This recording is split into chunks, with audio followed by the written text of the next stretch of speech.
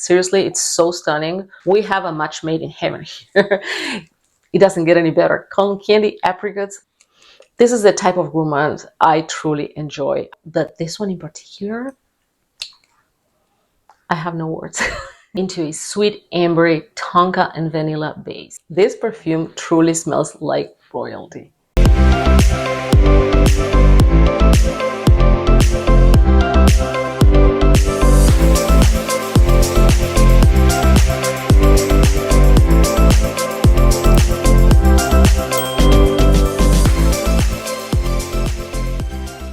Hi guys, I'm Giselle. I review fragrances. Welcome and welcome back to my channel. Today is all about fragrances that made it to my October tray, my fall tray. I'm very excited about these fragrances because they are super duper beautiful and I cannot wait to share them with you. So without further ado, let's get started.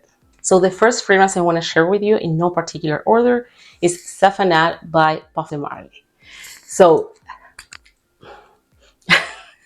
Saffanat is royalty. It's orange blossom royalty. It's an orange blossom centered fragrance. It's very, very strong in orange blossom, but this is not the type of orange blossom that smells like marshmallow, for example, or that leans more towards gardenia. I bring those notes up because both are synthetic notes that are created using orange blossom oil. And for that reason, sometimes, you know, when you buy a marshmallow fragrance or a gardenia fragrance, it smells more orange blossomy.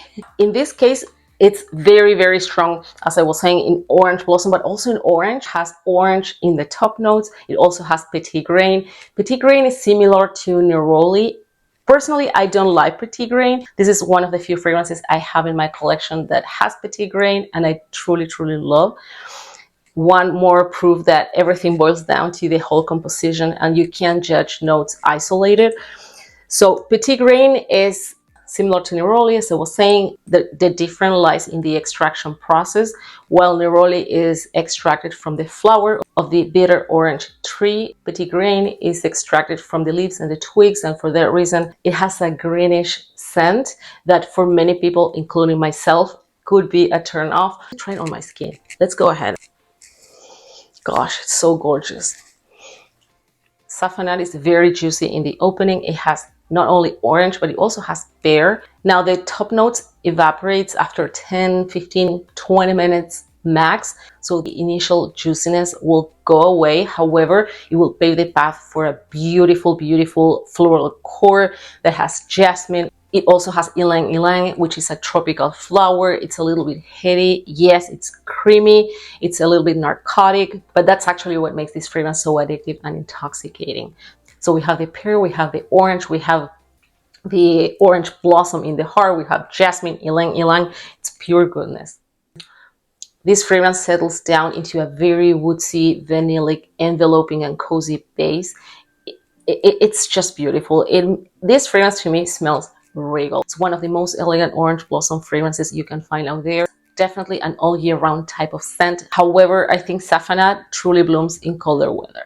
This perfume has a very beautiful, woodsy, ambery vanillic base. And you know, whenever we have vanilla involved in a fragrance, especially in the base, we can expect a very enveloping, very cozy, slightly gourmand type of scent.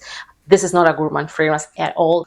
This perfume truly smells like royalty. Seriously, it's one of the most elegant, sophisticated fragrances I have in my collection. I love orange blossom, but this one in particular, and also Grenada by Meme Paris, I think they are, you know, the most elegant and longest lasting orange blossom perfumes in my entire collection. So yes, Saffanat made it to my fall tray. So the next fragrance that made it to my fall tray is Faces of Fragrances. This perfume is stunning. Seriously, it's so stunning. It has a very strong pistachio note, like a smoky pistachio. It's not smoky in the sense of tobacco or incense, in that type of direction. It's not like that. It's more like roasted pistachios, and it is truly amazing. It's a grown gourmand fragrance. It's truly beautiful. This is the type of gourmand I truly enjoy. I like gourmand fragrances, and in fact, I have quite a few that I truly love. However, when the fragrance kind of crosses the line into the bakery territory, I'm out. I'm out. This fragrance is nothing like that. It's very unique, as most of the fragrances from this house, truly unique. It opens with a strong saffron and aldehydes. However, the aldehydes here don't smell vintage. The aldehydes also can smell bubbly, similar to the experience you get when you grab a glass of champagne or prosecco, for example, that type of tiny sparkling bubbles. This is the type of aldehydes we have here. Beautiful. However, both the aldehydes and the saffron note disappear in less than 10 minutes. And then it's when the pistachio note starts kicking in. Although you can smell the pistachio from the moment you pull the lid off, and that's how I fell in love with this fragrance. It is when the top notes evaporate that you will get more of that beautiful nutty note. Now, in order to enjoy this fragrance, you definitely need to enjoy nutty fragrances because that nuttiness will last throughout the lifetime of the fragrance. It's a very addictive fragrance. Every time I wear this perfume, I can't stop sniffing my wrist or wherever I've sprayed it. It's truly addictive. It also has cypriol oil. I explained in my previous video, cypriol is a very particular note that it's used in perfumery to create complexity. This is a complex fragrance in the best possible way. And it smells very elegant and sophisticated, so no wonder we have cypriol here, because cypriol, as I was saying, it's added into the formula to create complexity, but also to create very elegant perfume. This is one of the few gourmand and nutty fragrances that are truly elegant, aside from smelling gourmand, right? Because gourmand fragrances usually are not that elegant. They are very yummy, very fun, but they are not that elegant. However, Faces of Francis is super duper elegant, and if you like gourmand scents, with Faces of Francis you will get the best of both worlds, because you will get that addictive gourmand aspect without losing elegance. This is an all year round type of scent, but I think since it is so strong in that pistachio note, that nutty note, it smells better under colder weather. But yeah, it's a daytime or nighttime type of scent. It lasts about 6 hours on my skin. It has an average projection. It is unisex, but to me it's more feminine leaning, and it's just beautiful. I haven't reached for this fragrance in quite some time, probably because I have too many options, and sometimes that's a negative thing, right? But I'm planning on wearing this fragrance all fall and winter, and for this reason I have included Faces of Francis in my fall tray. The next perfume that made it to my fall tray is Guidance. Now, this is the original. It's the original for me. It's a keeper for life. I've tried the new flanker, the Guidance 46. It's beautiful. However, for example, with the original, it was love at first sniff, and I didn't have the same experience with the new flanker. It is a beautiful fragrance. Maybe I end up buying it, but so far I've tried it. I like it, but I don't love it nearly as much as I love the original one. You know, this is a personal opinion. Some people hate it. This is 100% a personal opinion. It's a very polarized fragrance. I heard the weirdest comparisons, but to me, it's a beauty. As I said, it's a keeper for life. It's a stunning perfume. Oh my God.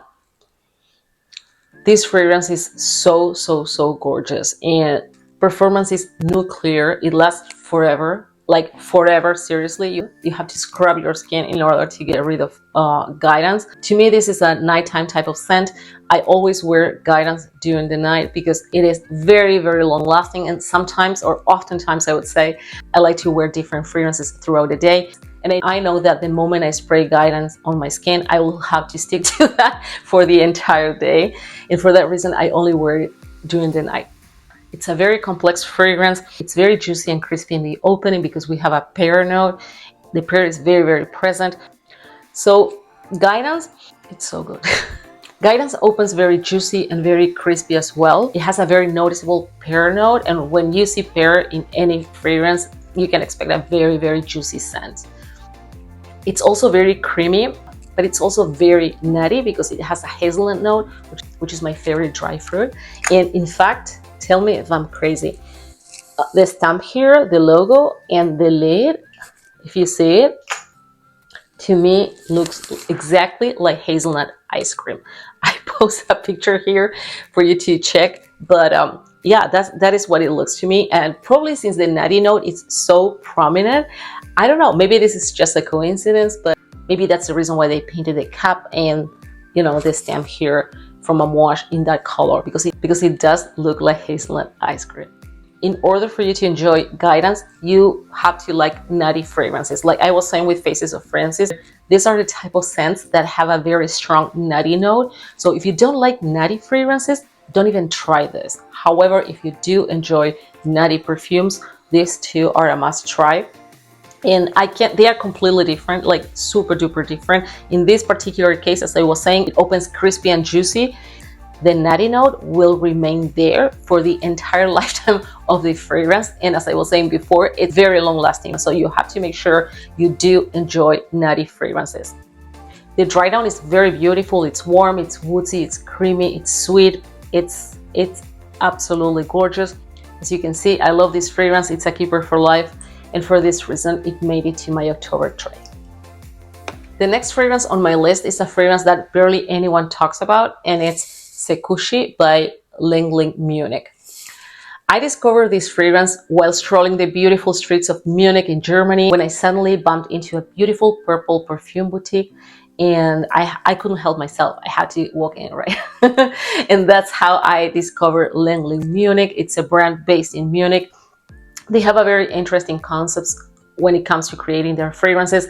They call Ling. Ling and Ling are the two dominant notes or group of notes, I would say. Something similar to the yin and the yang, something similar to that. That's my assumption. It's not what the brand says, so don't quote me on that. But that's how I interpret their concept, and it's very, very unique. Now, gosh, Sekoushi, which means seductive and sexy in Japanese, I can tell you it's the most seductive and sexy fragrance I've ever smelled, in a very different way. It's not sweet, although it has a strong cotton candy note here, but cotton candy is similar to sugar in perfumery. Although you might see cotton candy or sugar as a note, not always are they as sweet as they would be in real life. I should have included Sekoushi in my previous video about elegant fragrances, or if I make a part 2, I will include it, because it is a beauty. It's very different. I've never smelled anything like this. If you want a comparison or something similar, I would say Coromandel by Chanel or even Sycamore. I would put those in the same category, although they smell completely different, but they have the same sort of elegance as Sekoushi does. However, Sekoushi is unbeatable. So the Ling prominent note here is leather. It is a leather fragrance. However, you might enjoy this fragrance even if you don't like leather in perfumery. So leather is the most prominent Len note, and on the Ling group of notes, we have a more fruity aspect to it, and it's where we have cotton candy, we have apricots, and we have lily of the valley. So we have a match made in heaven here. It doesn't get any better. Cotton candy, apricots, lily of the valley. Oh, gosh, trust me, it doesn't get any better than this. Every single time I wear Sekoushi, I get compliments. It's definitely a compliment snatcher, and it's very different. It's a fragrance that you won't smell anywhere else. It doesn't smell similar to anything. So if you ask me, give me an alternative, I won't be able to give you an alternative, because it smells like nothing I've smelled before. Now, this is a grown-up cotton candy. This is not the Barbie-like of cotton candy. This is grown up, still very beautiful, very seductive, very sophisticated, very fruity, sweet, refined, very long-lasting. Projection is out of this world. It projects like crazy. So be mindful with your spritzes, because you fill up a room with 2 spritzes, I kid you not. Sekoushi has an addictive component. It's a very addictive fragrance without being obnoxious or extra sweet, like tooth-achingly sweet. It's nothing like that. So the next fragrance that made it to my fall tray is Rose d'Arabie by Armani Prive. I always say that this perfume, what a beautiful rose fragrance.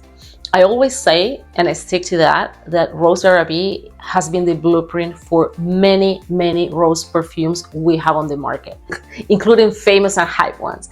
It is a stunner. It is very long lasting, very deep, very velvety. It's not a photorealistic rose. It doesn't smell like a fresh black rose from your backyard, or when you walk into a flower shop, for example. Nothing like that. However, when you smell this, there's no doubt that the rose is the star of the show here. But it's dark, it's deep, it's mysterious, it's velvety. Rose is the star of the show here, but it's not the typical ultra feminine, although it's a very feminine fragrance, but it's not a powdery, rosy type of scent.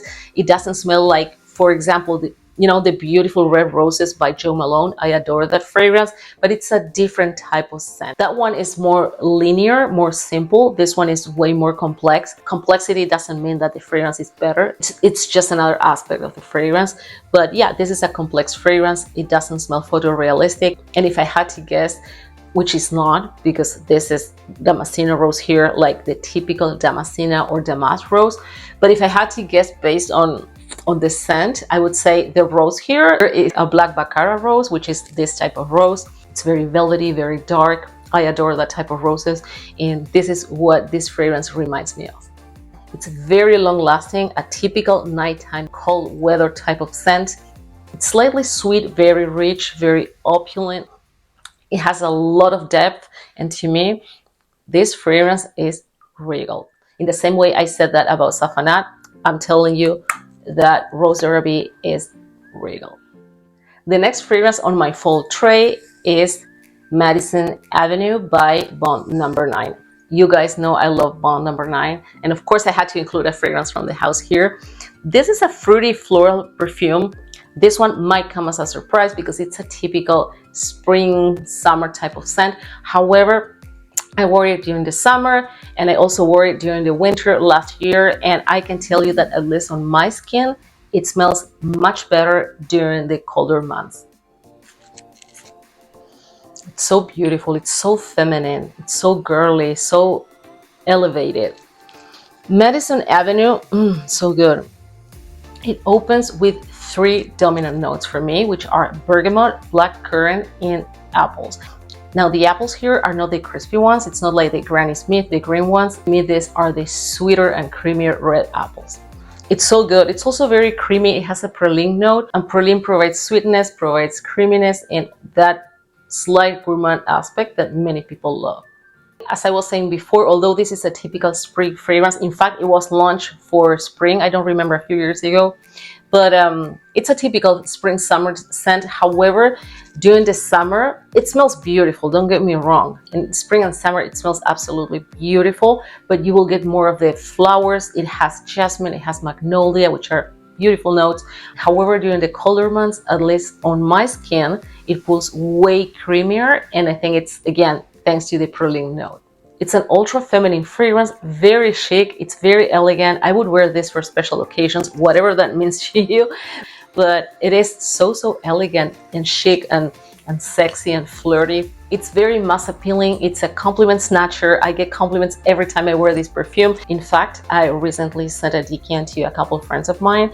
They both loved it and bought it on the spot. They didn't even wait until they were done with their decants. They loved it so much that they just wanted to buy the fragrance right away. They did, and they are super duper happy with their purchase. So yeah, Madison Avenue also made it to my fall tray for a very good reason. So the next fragrance that made it to my fall tray is Gold Immortals by Ex Nihilo. Yes, I had to include an Ex Nihilo fragrance. You know, guys, how much I love this house. And this one is so beautiful. It's so sexy. It opens with a burst of bergamot and pear. Both notes are pretty strong, pretty in your face. It's very juicy, very citrusy, but also very invigorating, very uplifting. It's just beautiful. Also a super duper elegant fragrance. These 2 notes are pretty strong, as I was saying. However, they dissipate pretty quick, and the fragrance will transition into a floral heart to later settle into a sweet, ambery, tonka and vanilla base. It's very beautiful. To me, this perfume, it's a nighttime type of scent, an all year round fragrance, but it's especially beautiful this time of year. It's very sexy in its own way.